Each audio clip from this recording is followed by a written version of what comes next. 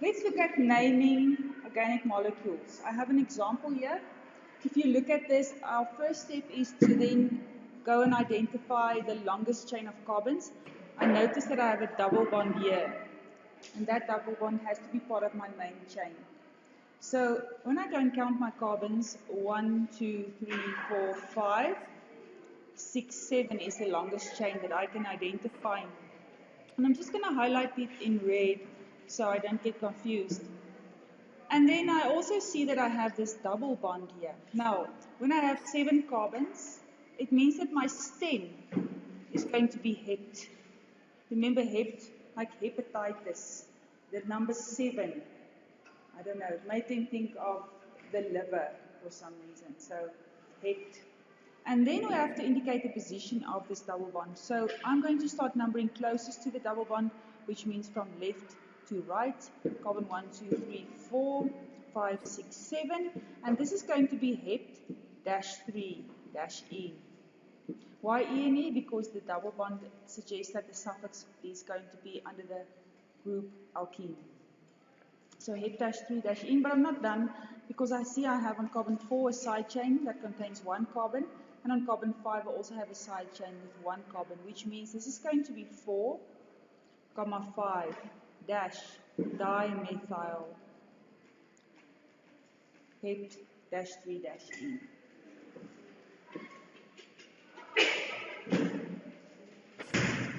Let's look at the second one. Okay, we follow the same steps. So our first step is to identify the longest chain of carbons.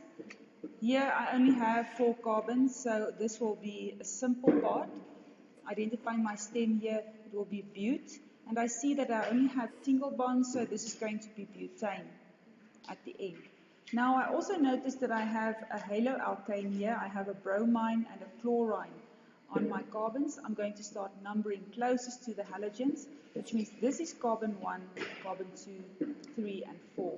So on carbon 1 I have chlorine, on carbon 2 bromine.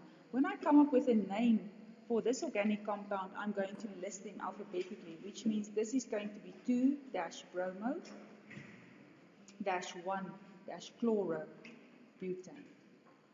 And the reason why bromine goes before chlorine is because B goes before C. The next one. Here I notice that I have the C double bond OH functional group, aldehyde, which means automatically that this has to be part of my main chain. I go and I find my longest chain of carbons, 1, 2, 3, 4, 5. And this is going to be pentanol. Now remember that there is no need to indicate the position of the aldehyde functional group because it's always on the first carbon. So pentanol, but then I have to go and check out what else I have here. I have chlorine and I have a methyl group.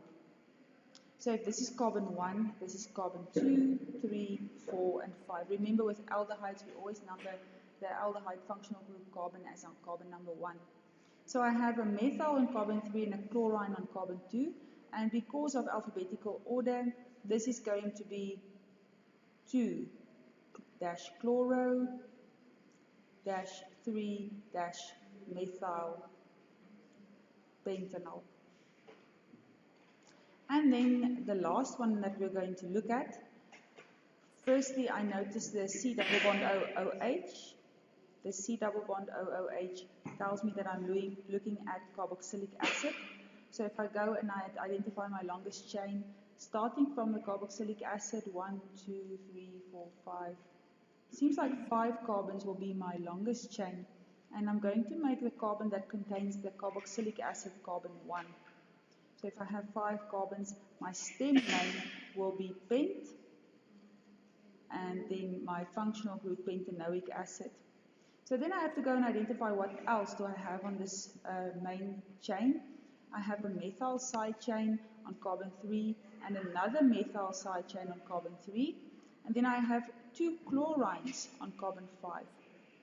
So this is going to be 5,5-dichloro-3,3-dimethyl pentanoic acid.